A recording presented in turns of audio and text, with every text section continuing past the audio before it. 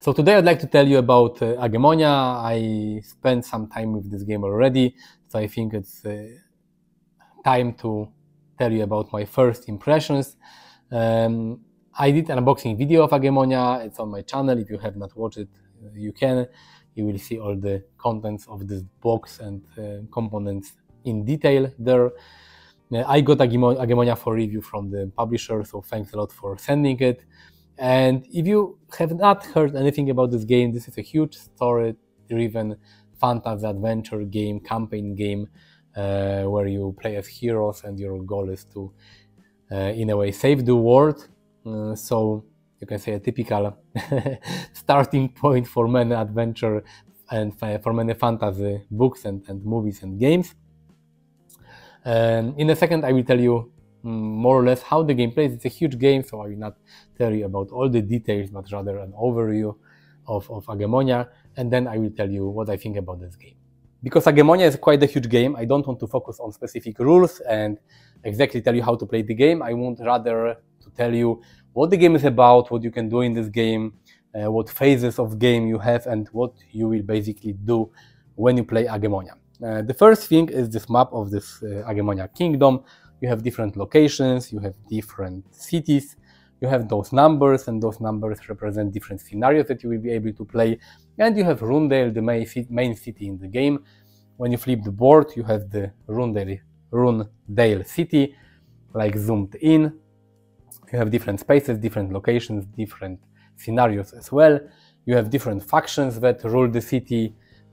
You have like 5 rows and 10 different factions. During the game, you will advance on the loyalty track of each faction, depending on your choices and adventures you play. Sometimes when you reach a specific level of one faction, the other one is close for you because they are kind of opposite and they compete with each other. If you are not afraid of applications, of apps, there is a great app for Agemonia. It's free. You can use physical components and just play the game in an analog way, but if you are not afraid of apps and you have nothing against them, the app is quite cool because the app helps you to track your activities in the city on the map. It unlocks or locks specific scenarios. You can track the advancement on those factions in the app, because normally if you play on this board, you have some stickers in the box and you have to place them here. With the app, you can do it in a digital way. But also the app has got quite a lot of introductions and they are read by a professional voice actor, and it's really cool. You have music, you have sounds, or you have all the introductions to each scenarios read in the app. So it works a little like Foreteller. The main difference is that the app is completely free and you can use it for free. So I'm using it when I'm playing this game to add more, cool elements and some background music and story and narration to the game, and to track those things, but you don't have to use it.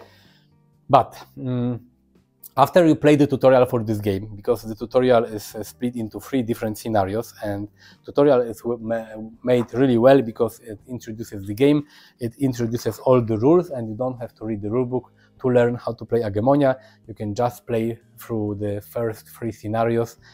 And you will learn by playing the game, so this is quite cool. Of course, there is a rulebook for this game. The rulebook is quite long. It's got almost like 56 pages here, so quite a lot of rules. But half of the rulebook is like reference of different cards and abilities in the game. So we have descriptions for many different items. But half of the rulebook is like, rules. But don't worry, you don't have to read all of it. You can read it after you play the 3 tutorial scenarios to learn more about the game, more about the rules. And it's like the rulebook is quite cool. If you have not played this game for a while and you want to remind yourself what are the basic rules, everything is here. But the cool thing is that when you get the game, when you open the game, you can just start playing by reading this campaign book, and the game will teach you how to play. But after finishing the tutorial, you will reach the city of Rundale and the main game starts. And each, you can say, playthrough of this game starts in the city. Depending on your level, you have access to specific locations, and here we have the locations A, B, C, D, E. We have the Ravenous Givern, this is like a tavern. You have Angler's Pier, Round Market, and you can go to those locations. You can spend the money you have earned. If you look at some specific locations here. You have some introduction. If you have some unlocked some things in the game, you have you will read some paragraphs in the storybook. I will show you the storybook in a second. You can buy different goods, you can equip them, you can heal, you can unlock new scenarios like here. If you go to the Ravenous Givern, you will unlock the Twilight Watch scenario and you will be able to play it. So this is quite cool. I told you about this storybook, and indeed there is this huge book called Storybook with all those paragraphs, those fragments of text with numbers, and when the game instructs you to read something from the storybook, you will jump to a specific number and you will read it. So this part is like choose your own adventure part of game, because one choice will sometimes lead you to another number in this book and you will read it. If you played any modern adventure board games like, I don't know, Tainted Grail or something, you should be familiar with storybooks, because this is quite common in huge story-driven adventure games. If you think it's a lot of locations, a lot of options, then I want to show you those small booklets. You have your heroes, because I'm telling about reaching the city, doing something in the city, but you don't do it as you, as the player, but you do it as your characters. In this game you have different heroes. Here is, for example, one hero board here. And at the start of the game, you choose your heroes. If you play solo, you have to choose 2 heroes. You have 7, if I'm not mistaken, in the core box. There is an expansion with additional heroes, but 7 is more than enough. Now you will choose your hero. You have some abilities, you have your stats, you have some actions. I will talk about them a little later when I will show you how to play a specific scenario. Here you have your stamina, and you track stamina with those discs. You will use stamina to perform different actions. During the city phase of the game, you need to have those boards ready, because first you will be able to buy some items, but also you'll be able to sell some items, but sometimes, depending on your choice, you will have to perform specific tests. So having those boards on the table is quite important. So you have the city of Rundale, all these options, but that's not everything. Each hero in the game has got a hero-specific storybook. It's a small book, but again with a lot of choices, a lot of decisions. Different parts of this book are unlocked when you level up your character. And this small booklet, it like tells the story of the hero. The big storybook here, this is the main story of the game, the whole plot, the whole story of Agemonia. But then each hero has got a separate booklet that, apart from telling a story and giving you some choices and rewards and penalties sometimes maybe, it also gives you some additional city activities that are dedicated to your character. Okay, so we have the city, we have those booklets. You may think, wow, it's quite a lot. That's not everything, because what you see here are the locations that are available when you are on the first level. You will level up during the game by completing scenarios, and when you level up, you unlock completely different set of locations that you can visit in the city. For example, this is part of the city for level 2, and you have 1, 2, 3, 4, 5, even more, 6, 7, 8, 9, 10 locations. You have some arena where you can fight, you have more places that you can visit, because the progress in this campaign book shows, I think it shows some passing of time. You level up, some time has passed, some new businesses are open in the city, some older are closed. So for each level, there are 5 levels in the game. You have a completely different set of locations where you can buy different items, you can do different things, you can unlock some scenarios, you can unlock some story. Really, really cool. So the city is living during the game, and when you level up, the city changes as well. When you do all those activities, you can do as many activities if you want. You can go to different places, you can spend your money, you will earn money in the game, you can sell items, sell some things that you have found during a scenario. You can buy new equipment if you want. At some point, when you are done with everything you wanted to do in the city, you will reveal a city event. You have this deck of events. Those are the city events with the city here. The one with the globe are like world events. Those sometimes will be triggered during a scenario, but when you're in the city, you will flip one of those cards and you will do what it says. Usually it's some kind of a additional story, some side quest maybe. You have to follow specific paragraphs in the storybook, and this will lead to a small side quest. So this is pretty cool. After you finish this city event, you will gain each character will gain 2 activity points. And activity points are like additional action points that you can also spend to do something. Like for example here, if you want to heal yourself, you can either spend 2 money, but maybe you want to spend your money on buying equipment, but you can also spend an activity point. So those 2 activity points that you got after the city event can be spent on some additional things. You can perform some additional things. Like here you are on Angler's Pier. You can work on the docks, but this can be only done if you spend your activity points. So some activities are only available if you spend the points you get. After you do everything you want to do in the city and the city phase is over for you, you have to choose a scenario. You will get those cards. Those are scenario cards, and they give you some description, tell you what level of the scenario this is. Here it shows you what is the length of the scenario and some additional choices. And if you choose a scenario, you have to follow the text, read something, maybe resolve a world event, and then you will play the scenario. When the game tells you to play a specific scenario, you can remove this campaign book, you can put it away, and you will take a scenario book. And scenario book, this is the third huge book in the game, because you have this campaign book, you have the story book, and you have this huge scenario book. And scenario books contains all the scenarios, all the maps for different scenarios. Let me show you scenario number 2, like an example. So I hope this is not really a spoiler. I will show you something, I will not show you everything, don't worry. When you open this on the specific scenario, it tells you how to open, how to set up the scenario, have some introduction. You have some specific scenario rules, additional setup, some story, and then you open it on the map part and you will be able to play a scenario. When you open this map, you don't have any tiles in this game, you have just this scenario book, everything is printed in it. There are some additional scenario sheets in the box, but let's focus on this. So this is where you will play the scenario. You have, each scenario gives you a specific objective that you have to finish. Sometimes you have a time limit, you have a specific number of rounds that you have left to finish the scenario, but basically this is where you will play.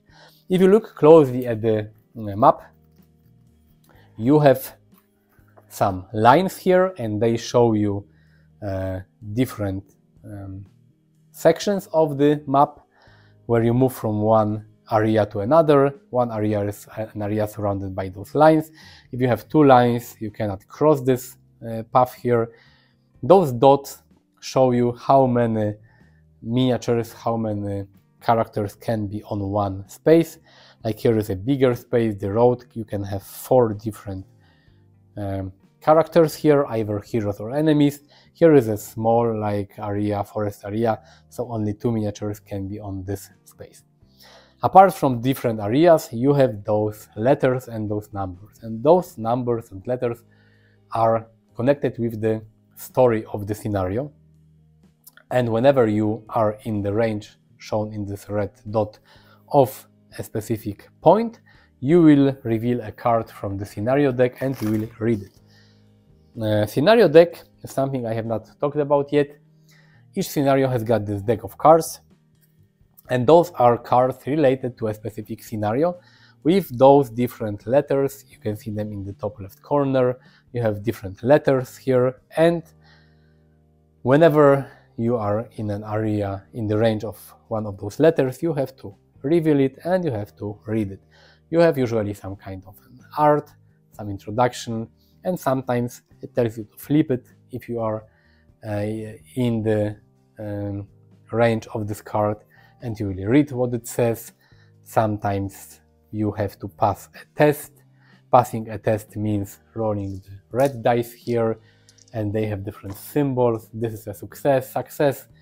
You have 2 successes, here is 1 success and additional roll of a die, and here you can spend up to 2 stamina to reveal each spent stamina point to a success.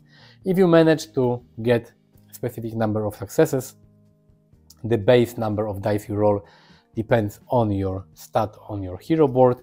You can flip this card and some things will happen. Some of those cards are cards that you will place on the board. In the scenario, we had to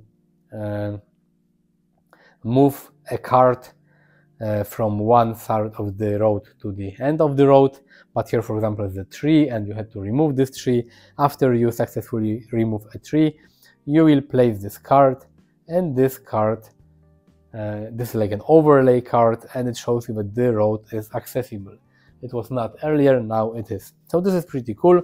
You have all those cards in this deck, and you will reveal those cards when the game tells you to reveal it. Each scenario has got a different separate deck of cards. Sometimes there are more cards, sometimes less, depending on the length of the scenario. So you will walk around the map, you will reveal those cards, you will do what those cards say, but of course you will be not alone. And normally each round of the scenario, at the start of each round, you have to choose the action you want to take on this particular round. If you look at your hero board, you have different actions here. 2 are printed on the board. Some actions, additional actions, are unlocked during the game when you level up, and you can choose them before the scenario and place them, and they give you different actions. And you have this action marker here, and at the start of each round you have to choose one of the actions. Here you can focus. If you make a test, you will gain additional die. Here you get extra maneuver. Here you can, for example, fight someone. Let's say we want to get a focus, so you choose this action. The actions, they have 3 colors, green, red and blue, and they represent the order of actions that will be played during each round, and this shows their initiative of each action, because in a second we'll flip an initiative card that will show you what is the order of different colored action each round. So let's say we choose to focus. And the other hero I have, for example, we started here. Let's say that she's got different abilities, different stats. Let's say that she wants to get an extra maneuver. Choosing an action usually means that you get one of those actions and additionally one of the maneuvers. Each hero has got the same maneuvers, maybe they have different values here, but basically one maneuver is to move and other one is to recover stamina or health. So if you choose one of the actions, like for example I choose, let's say, True Strike, I will be able to do this, and I will be able to do one of the maneuvers in an order I want. A maneuver first, then the action, or the opposite. So after you choose your actions, maybe I should choose different ones. Let's say here I choose extra maneuver and here I choose focus, the green and blue one. After you choose your action, you will reveal initiative card. You have this deck of cards, you will reveal the top card, and this card shows you the order of actions. If you have any more monsters in a scenario, then the blue monster will act first, then the red monster, then the hero who chooses the red action, then the hero who chooses blue action, then green monster, and then a hero with green action. So as you can see, choosing an action will place you somewhere on this initiative track. Each initiative card, they have different orders and different actions will be done in different turn orders, so you never know what happens. So this is quite cool because the initiative is different each time you play the game. After you reveal the top card, then you will perform your turns in this order. You can, as I said, move, or you can focus, you can fight, you can do different things. At some point during a scenario, you will fight some monsters, because of course you will not be alone. If the scenario tells you to reveal a monster, you will take the specific card, you will reveal it, and you will place it on this monster board. This board allows you to track health of the different monsters. Here you can track up to 6 monsters, on the other side 8. So let's say we put it here. And this monster card shows you the color, and the color corresponds to the color on the initiative track. Each monster has got health. This value shows you how much damage you will get if you want to move away from the area with this monster. And here are 3 different attacks. And anytime you flip an initiative card, this initiative card shows you exactly what attack this monster will perform in this round. So this Skitterer here shows this icon will perform this action. And for example, here if you do nothing, it will only move. But sometimes they move and attack, sometimes they have range attack or area attack, sometimes they have additional abilities. It all depends on the monster and on this initiative track. This monster has only got 2 health, so you will track it with those dice. You will place it here, and here it shows what the monster drops when you defeat it. This drops nothing. And if the monster will get to you and attack, it will attack with different attack. And for example here, let's say that he will bite. If you want to defeat from a monster, you have to roll defense dice, and you have those blue dice here. This means that this monster wants to deal you 3 damage, and here it shows you the stat you will use to roll for defense. For example, this feast for this character is value 2, so I will take 2 blue die and I will roll it. And I rolled those symbols. This is 2 shields, so 2 shields will reduce 3 by 2, so there is 1 damage left. And this symbol means nothing unless you have a specific item that can turn this icon to something else. So in this case, let's say I have nothing that is useful for this icon. I reduce 2 damage from the 3 that I got, so I will get 1 hit. And anytime you get a hit, you have to take one of the initiative discs you have, put it away and flip it to the wound side. So this stamina that you have here can be used to perform additional actions. It can be used to perform some actions better. Anytime you spend your stamina, you will place it outside of your board, and this is stamina spent. If you have 0 stamina, you cannot spend any more, you have to recover.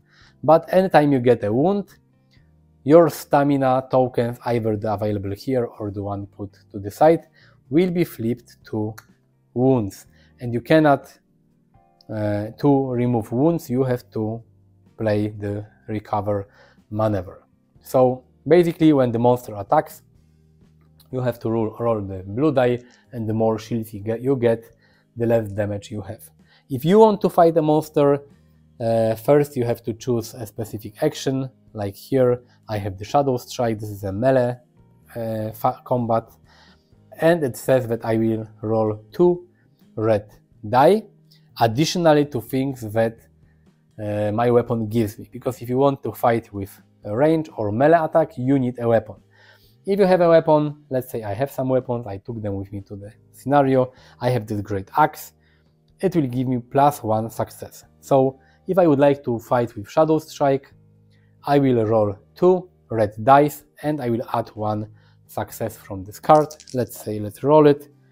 I rolled this. So this is 1 success, 2 and 3. And this means that I can spend up to 2 stamina to change this to up to 2 successes. 3 is enough because this monster only has got 2. It got 2 life points per player. We play with 2 characters, so it's got 4. So maybe it's not enough, but if I spend 2 + 1 and if I spend 1 stamina, I will deal 4 damage, enough to kill this monster. So this is how you fight. If you fight, you will roll the red dice. If the monster fights you, you will roll the blue dice to defend.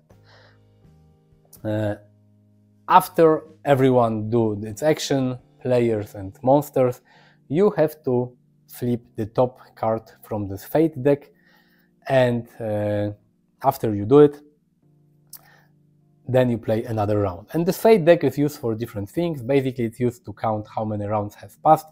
because sometimes you have a limit of rounds that you have to finish a scenario, but sometimes you have these numbers and they are used to trigger some time events.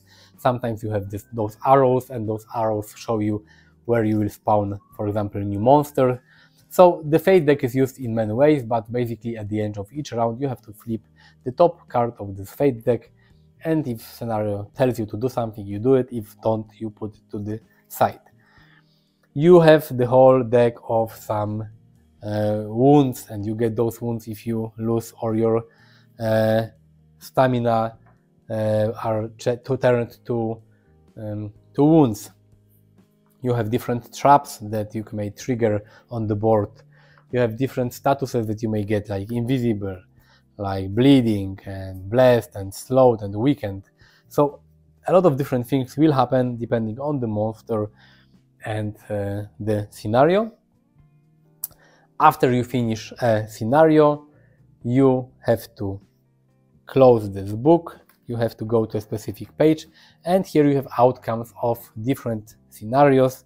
Sometimes outcome 1 and 2, depending how well you played, you will have different outcomes, you will get different trophies, and then you will go back to the city. You can put this scenario book to the side, you can put back your campaign book here, and you can again perform some city actions. Maybe if you level up, you gain access to new locations in the city, then you choose another scenario, and this is how you play the game. As I said earlier, the rules for solo play are more or less the same. The main difference is that when you play solo, you have to play with 2 heroes, but all the other rules are exactly the same. And this is more or less how you play Agemonia. So let me tell you what I like and what I don't like about this game. I hope you have some idea how the game plays and what the game is about. So let me tell you my pros and cons of Agemonia. First pro, there is really a lot of story and adventure in this game. It might be obvious because this is a huge adventure game, but I had in the past some adventure games in huge boxes that promised a lot of adventure and they didn't deliver really. I think Gloomhaven, Frosthaven are a good example of games that I think are really well designed in terms of gameplay itself, but there is not that much story or interesting story. This is a heavy story-driven game, a lot of story in the city, in the storybook, during scenarios. I really like it. The second thing I really like is that different missions are already varied and you have different goals and they are different from each other. It's not like every mission is about killing all the enemies, but sometimes you have to like guide some cart from one side of the road to another, or you have to rescue some people from flooded inn, or you have to reach a tower because something bad is happening inside, or you have to protect the goods from bandits inside the warehouse. So different scenarios, they have different rules. Sometimes rules, they have different objectives. So this is pretty interesting and pretty cool. In terms of gameplay, I like how the stamina works in this game. So you have stamina and you have to spend stamina sometimes to add successes to your actions or to do something more efficient. But at the same time, if you get wounds, the stamina is flipped over and turns into your wounds. So you have like one resource stamina that is on one hand it's stamina, but on the other hand it's also like your wounds and life points. So this is pretty cool.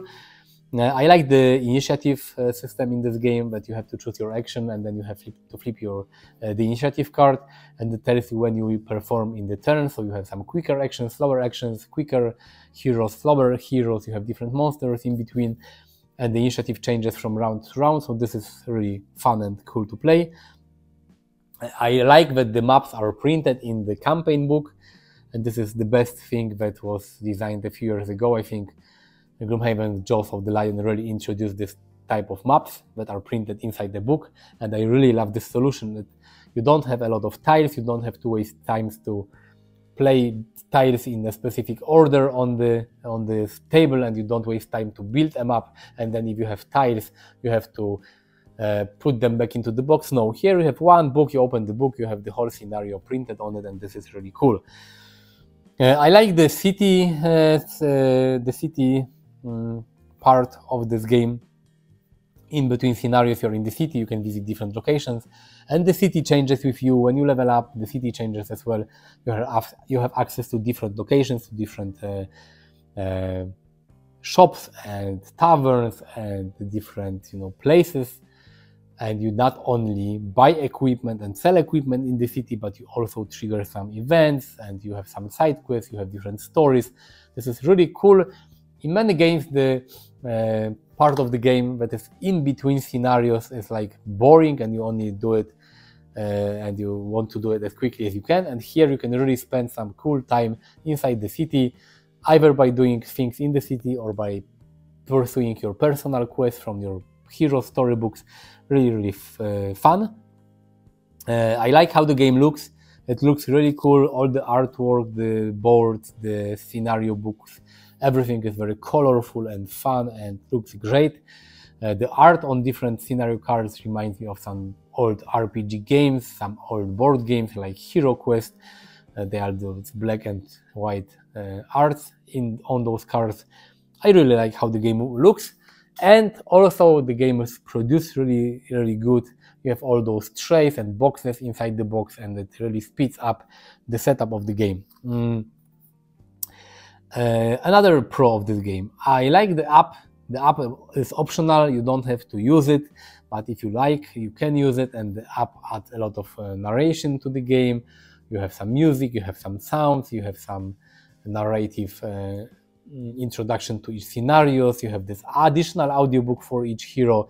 The app helps you to trace the loyalty of different factions, and it also shows you which scenarios you have available. You can track the keywords that your party got. So the app is really helpful. It's free. You don't have to use it if you don't want to. You can use only the analog components, but it's really good, and I use the app and it works really well.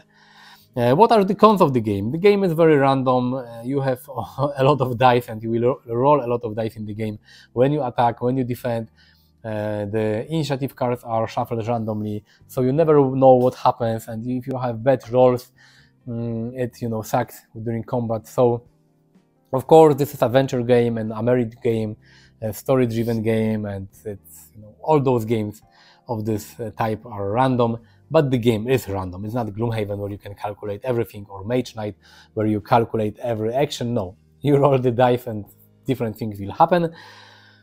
Another thing, there are quite a lot of rules, and the rules are scattered around the rule book, and some rules when I read the tutorial and I played the tutorial, you had some rules in the tutorial book, and then I couldn't find the same rules in the main rules. So the game is quite rules heavy. When you start playing the game, it gives you an idea. It will not be that heavy, maybe not heavy, but that complex game. But when you play, and after a few scenarios, the game is quite complex. You have traps, you have a lot of rules, area effects, some monsters can fly, some don't. Yeah, quite a lot of rules to remember. And additionally, during a scenario, you have a lot of cards, and those cards add additional rules specific to the scenario. So there are a lot of things that you have to track and that you have to think of and remember when you play the game. Another thing, the game requires a huge table. And if you have a huge table, it's great. You can have all those maps and scenario books, campaign books, story books. There can be placed on the table somewhere. But if you have a smaller table, you have to place some books, and you have to remove those books. You have these boards and hero boards, monster boards, campaign books, a lot of components. This game requires a huge table. And the last thing that I don't really love, there is a lot of errata for this game. And this is the first edition of this game. Together with the first edition, I got an errata pack, a fix pack from the publisher that contained a lot of stickers, and I had to spend one whole evening to place all those stickers inside different campaign books, story books, inside hero books. There were some cards that you had to replace.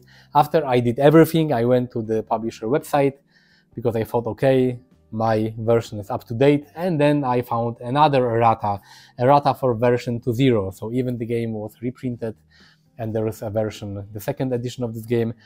There is a new errata for the second edition, so there is a lot of errata. You have to print some of this errata. You have to have it somewhere on the table to reference it in different places of the game. It's not that bad, especially if you have this errata pack for the first edition, or if you have the second edition.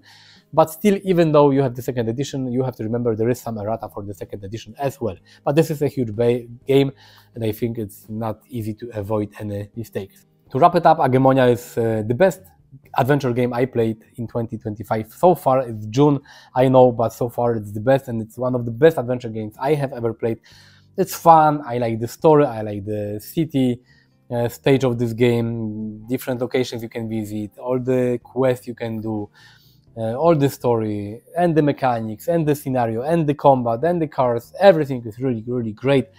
The game delivers in many ways. I played a lot of adventure games that had great story and not so great mechanics, roleplay adventures, really fun story. Game got boring after a while, I mean in terms of gameplay. Tainted Grail, another game with a great story, but the mechanics was kind of annoying after a while. And here, it's great. Everything is great. Play is great, scenarios are great, city is great, story is great. Really, really cool game. And when I play Agemonia, I feel like playing Baldur's Gate for the first time 26 years ago on my PC. I remember when Baldur's Gate 1 came out, it was like, my mind was blown. The world with all those quests, adventures, stories, monsters, characters, really nice, cool. And when I play Agemonia, I have the same feeling, so it's really nice. If you like adventure games, if you like fantasy games and story-driven games, you should definitely play Agemonia. Get the second edition if you can. If you can, you will save some time on applying the errata pack. But definitely you should try this game. It's so good, and I know already that the game will be in top 10 for 2025. I cannot think of other scenarios. It's so good. I have so fun. I'm not sure if I will be able to finish this game because I review games. I get a lot of games, but I will try to play as much as I can, and I will try to move as far as I can in the campaign because it's so fun. Let me know in the comments if you played this game, second, first edition, or if you plan to get Agemonia in the future. Click the like button, subscribe to my channel, visit me on different social media platforms. Thanks for watching. See you next time. Bye.